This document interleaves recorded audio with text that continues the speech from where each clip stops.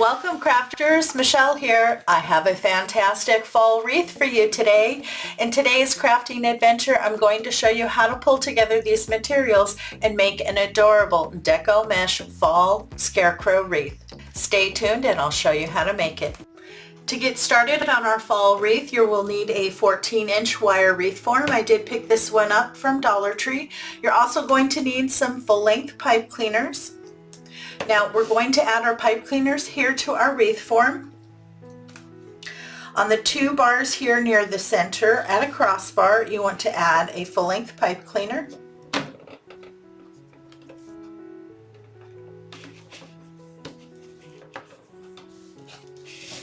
On the same crossbar, on the two bars on the outside, you also want to add a pipe cleaner.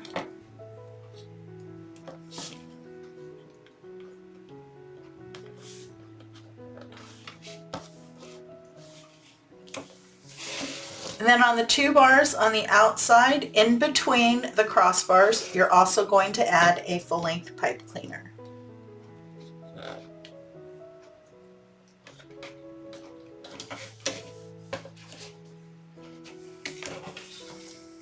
Okay. You want to repeat this pattern all the way around until you have 18 pipe cleaners attached. I have all 18 of my pipe cleaners attached. This is ready to go. For our base, you will need a 10-inch by 10-yard Poly Pro mesh ribbon. This has the little snowballs in it. I really like this mesh. It's one of my favorites. It adds that beautiful extra bit of texture with those snowballs. And then I was really surprised to find this. I've not seen this before. This is a frayed edge roll of burlap mesh. Frayed edge mesh. I believe I picked this up from craftoutlet.com as well as this one. And I believe this one you can also pick up at Michael's or at Hobby Lobby. But this was the first time I have seen this one, and I thought it would add some beautiful texture. Perfect for a scarecrow wreath. This is also 10 inches at 10 yards. And then I pulled out of my stash, I have some of this kind of jute mesh tubing. I'm going to add some of this to add again another depth of texture. My mesh tubing comes out of the package like this, wrapped up. Now I'm going to use it just the way it comes out of the package. Just going to grab my scissors, cut through one end, and then cut through the other. I'm just looking for pieces to add a single piece to each bundle to give it a little bit of a different texture. I have both rolls of my Deco mesh laid out, one on top of the other. This just makes quick work. I'm going to be cutting both rolls into strips at 20 inches. I should be able to get 18 pieces of each. I prefer to use a rotary cutter. It gives me a really nice clean cut, which helps to reduce fraying. Now in each bundle, I'll be putting one piece of each, so each cut will give me a bundle. In the description box below is a detailed list of all the tools and materials used in today's project. I have my mesh cut. I'm going to be using my bow jabber to help hold my bundles. Now we're going to be doing the woodland ruffle, and we're going to be stacking the two. You just want to start at a cut end and do a nice roll. I usually go about twice on good mesh. Then you want to do a little pinch in the middle. That's going to help keep your roll nice and tight as you work with it.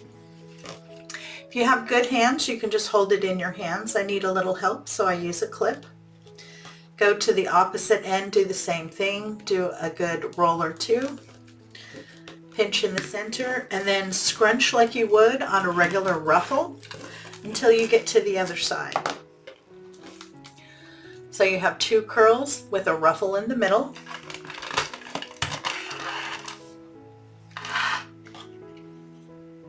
I really like this mesh. I think it's very pretty. You're going to do the same with this mesh.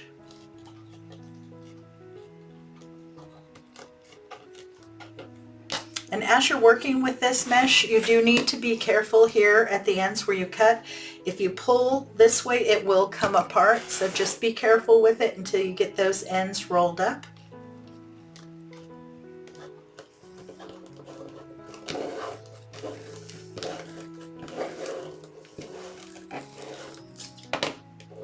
But look at that look. Oh, I love that. I love that very much. It can become one of my new favorite mesh. They look absolutely gorgeous together. And then I'm going to top that off with a piece of tubing. Now I was able to get 16 pieces of tubing and I have 18 pipe cleaners, so 2 of them will not have a piece of tubing. That's fine. And as you can see, I've started to add it here to the wreath form, and I'm going to put it on the outside ring first, and then when I come back I'll do the center ring. That way the center pieces will sit up on top of the outside pieces, which is what I want. And when you place them, you want to place them sideways, not long ways. By placing them sideways, you'll get a nice thick base. If you place them long ways, you'll end up with a lot of mesh in the middle of your wreath and not enough around the outside to have a full, beautiful wreath. Give a couple good twists. I leave about 1/2 inch and trim, and then you want to tuck down those pipe cleaners. And I'll try to get these to butt up to each other. That way they stand out and make it nice, thick, and full. I'll show you again. Enjoying today's content? Please show your support by hitting the like button, leaving a comment, and sharing the video with your friends.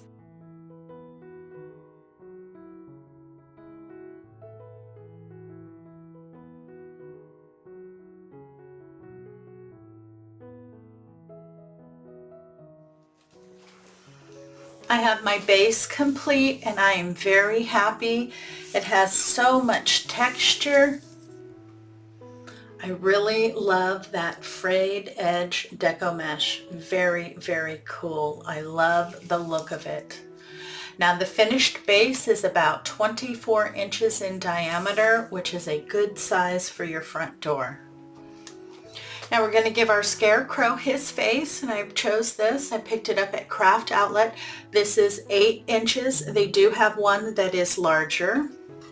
This one was $2.95. Now I want to get this placed here in the center. Once I get it placed, then I'm going to kind of pull out a little bit from around the sides before we get our hat on. To get this attached, I have added floral wire to both of the holes, twisted it off, and left a couple long pieces so that I could easily attach it to the wreath form. You want to feed that floral wire in and attach it to the wire frame in the back. I have my face on. Doesn't that look adorable? I love the expression they put on the face. Very, very cute. Loving all the texture. Now we want to put the hat on. And this is the hat. I also picked this up from Craft Outlet. It was $5.95. It does come with some wires here and up here near the tip, as well as it has a hanger. Now I'm going to remove the hanger here.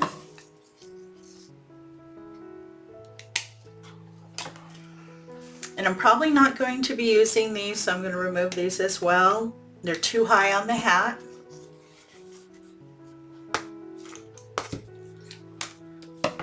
I'm going to use this one, and then I'm going to add an additional one. Pipe cleaner. Enjoying the content and want to see more? Make sure to hit the subscribe button. When the notification bell pops up, if you hit that too, YouTube should let you know every time I upload new content. I have the hat on and I've done some adjusting. I also went in and glued it down underneath to make sure that it wasn't going to move. But I really, really like this mesh. Look at how cute it looks. Absolutely adorable. Now I do want to put a nice big bow down here for our Scarecrow, so we're going to do that next. I'm going to be using my Deluxe Easy Bow Maker. This is my favorite machine for making bows. And these are the ribbons I've chosen for the bow today. I thought this was really pretty as pumpkins with a nice neutral background. This is 2.5 inches. I did pick this one up from Dollar Tree. And then I have a 1.5 inch Royal Canvas orange.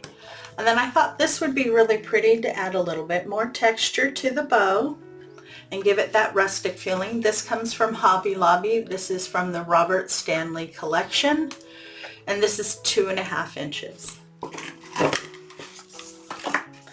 So we're going to start with this guy.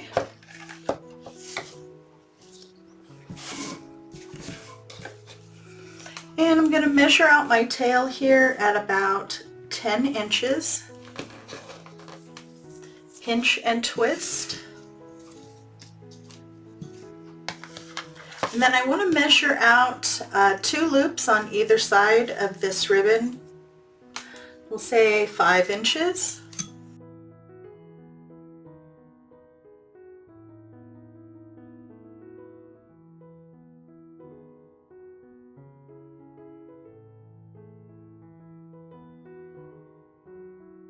Next, I'm going to go to the really pretty pumpkin ribbon.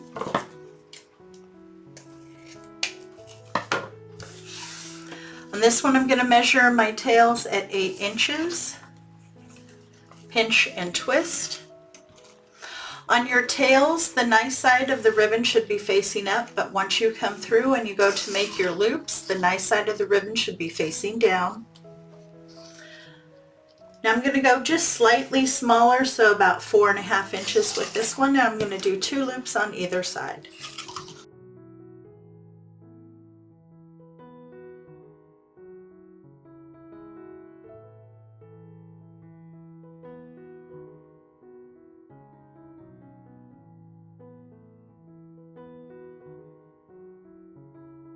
Now I'm going to go to the pretty orange.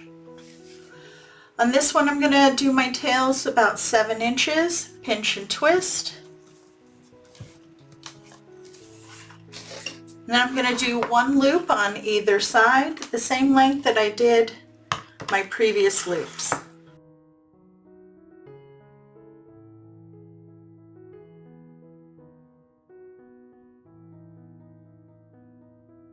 I'm going to do 1 more loop on either side at the same length.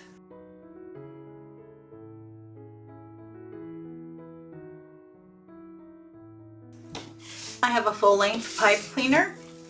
Just lift everything up on one side, slide it in underneath till you get next to your dowel rods. You want to lift it up. You want to push that all the way down so it's nice and snug. And then lift it up. That keeps your bow nice and stacked.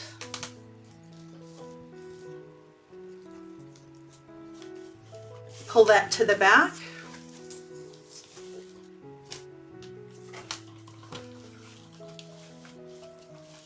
Pull nice and tight and give a couple twists.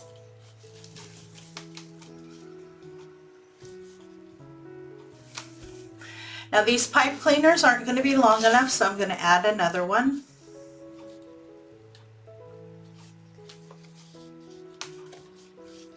Give a couple twists, then take one of the short ones and wrap it around the longer one.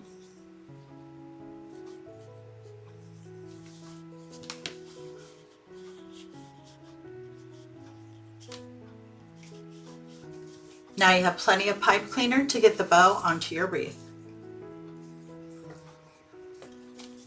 Okay, you just want to open up all your loops and spread them out and pull your tails down.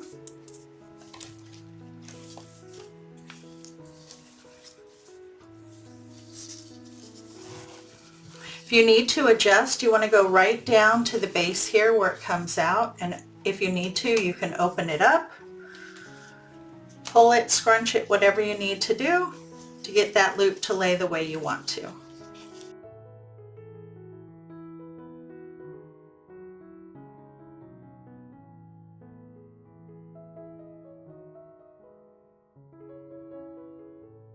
So that's approximately what your bow should look like. I'll do my final adjusting and trim my tails once I get it onto the wreath. Now I want to place the bow right down here so it looks like he's wearing kind of a bow tie. And I'm just going to use the pipe cleaner, separate the mesh and attach it to the wire frame.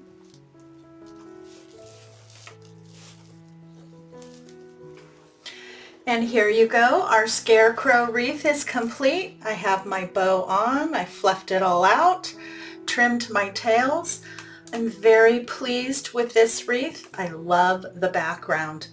That frayed end mesh is wonderful. It's perfect for a Scarecrow wreath. I love the mixture of the two. It gives beautiful texture, and I like that little peak of white coming out from the other snowball mesh. The face is super sweet and sets off the whole wreath. I absolutely love the end result.